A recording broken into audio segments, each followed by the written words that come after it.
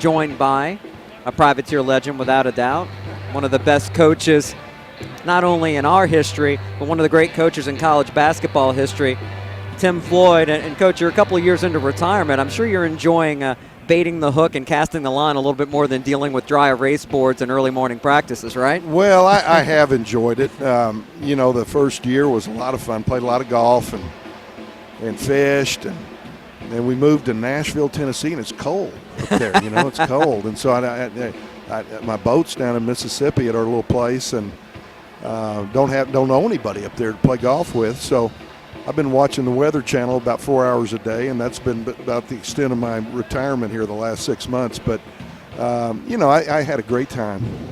Really loved what I did. I can't imagine having done anything else.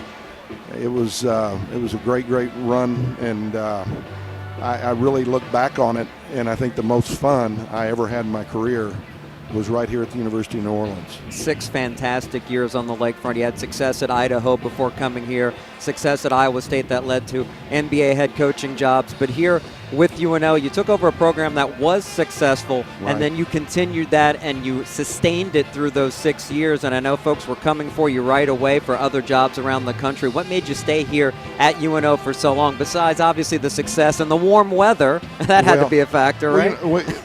My boss that I had worked for at the University of Texas El Paso, who's the only guy that I ever worked for, Don Haskins, had stayed at one school for 38 years. Right.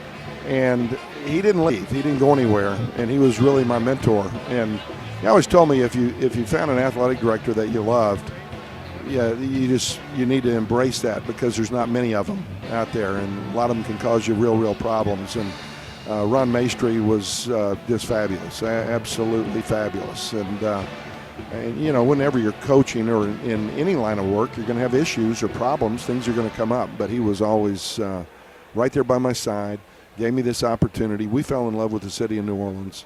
I recognized the talent wealth in this area. There was a player underneath every pine tree from Jackson, Mississippi to Montgomery, Alabama, and we had them right here in our backyard. And having coached previously at El Paso, where there was no players within 12 hours, or the state of Idaho, where there were no players, I really loved the idea of being able to be in control of my own future and build our own program. And we had so many friends here, and I would have stayed forever. In fact, I turned the job down at Iowa State when they offered it. It was televised live in Iowa, and I told them that I preferred bass fishing over ice fishing.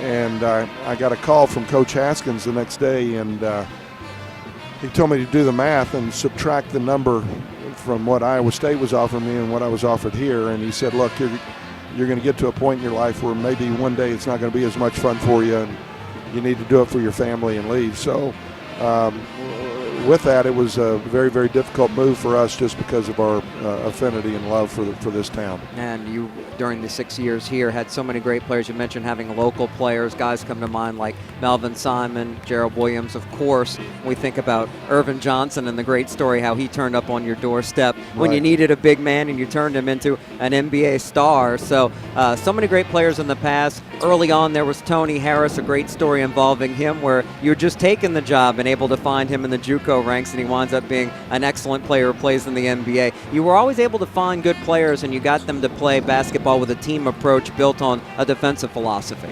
Well, I'll tell you how talented we were here. The fifth guard on our last team that we had here played behind Gerald Williams and Rainey Mason, Tony Madison, who played 15 years overseas, Dwight Mivette, who played 9 years overseas. The fifth guard was a kid from Archbishop Shaw who had no offers, by the name of Dedrick Willoughby. He played 6 minutes a game for us here.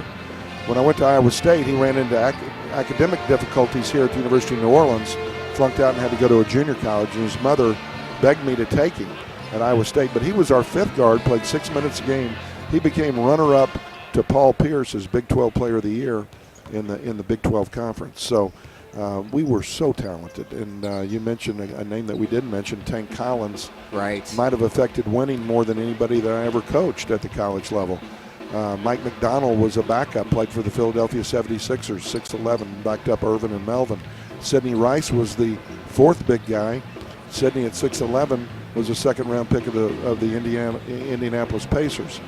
And the experience here really led to me becoming a pro coach because when I took the job with the Bulls, I thought I was going to coach Michael Jordan and Scottie Pippen and Dennis Rodman and Luke Longley and Kukoc and all those guys.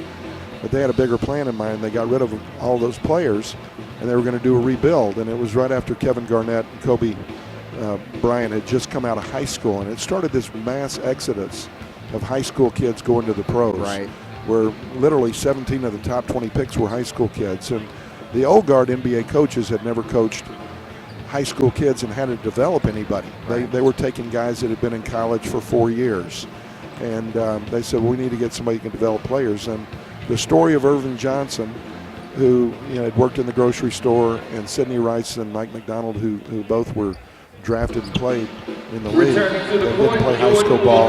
They felt like I could develop guys, and it didn't take long for them to find out that I really couldn't. The guys that we were playing against were really great, but we were the first team to go young in the NBA, and it was a very challenging time, but I'm glad I did it. It was a great experience looking back. And you were able to come here and coach the then New Orleans Hornets, and your success pretty much in every place except that odd Chicago experiment. But you were a great college basketball coach. You finished up your career at Utah, obviously, and followed in Coach Haskins' footsteps. A great way to end the career considering your history there. Yeah, I started there, and I thought that would be the right place to finish. They gave me my start. He had hired me at a time when I didn't know anything. I knew nothing, absolutely nothing, and just kind of molded me into what he thought a coach should be, and kind of taught me everything that he knew, but everything that I know, but not necessarily everything that he knew. He was a fabulous coach, and it's so important where you start, and I think it's important where you finish as well. And we brought you back down here for this alumni weekend from that cold weather to come to New Orleans, hopefully the first of many alumni weekends to come. What has it meant to you to come back and reconnect personally with the program? I know you already have a relationship with head coach Mark Schlesinger. Yeah, I do. I've known Mark since he was an assistant coach at Northwest Louisiana, and he's working hard, and his kids are playing hard, and they're fighting it, and this job has changed dramatically from when I was here. In those days, we did not have to play guarantee games. Right. We were playing people like Pittsburgh and Ohio State, Notre Dame and Virginia and Memphis and Florida State in this building. Those teams would never think about coming here now with the money that's at stake and the losses that could possibly happen that would be damaging losses to their resumes, which is ridiculous. But, those things have impacted the fact that they've moved to another conference.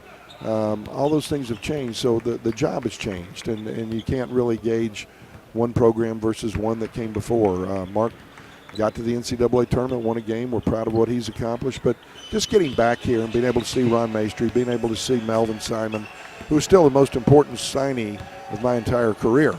And I signed great players at Iowa State and Southern Cal and Texas El Paso.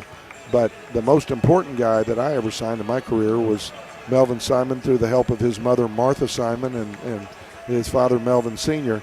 And being able to see Melvin, being able to see Sidney Rice and Leonard Bennett and Dwight Myvet and Cass Clark and, just all the guys, it really kind of puts it all in perspective, and it's been a real special 48 hours for me. All those names flood so many memories in my mind, and just seeing you, it's amazing to have you back here. And thank you so much for joining us for this weekend and taking a little bit of time here to reminisce about your great career both here and elsewhere. You're a big part of what privateer basketball is all about. Well, thank you. And when I'm down this way, I always pick up the games on the radio, and you do a great job.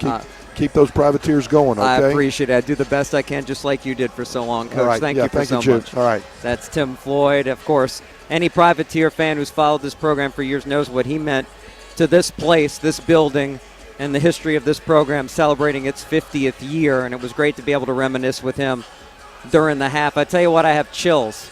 To Coach, it's just another interview, but to us, this means a whole lot more.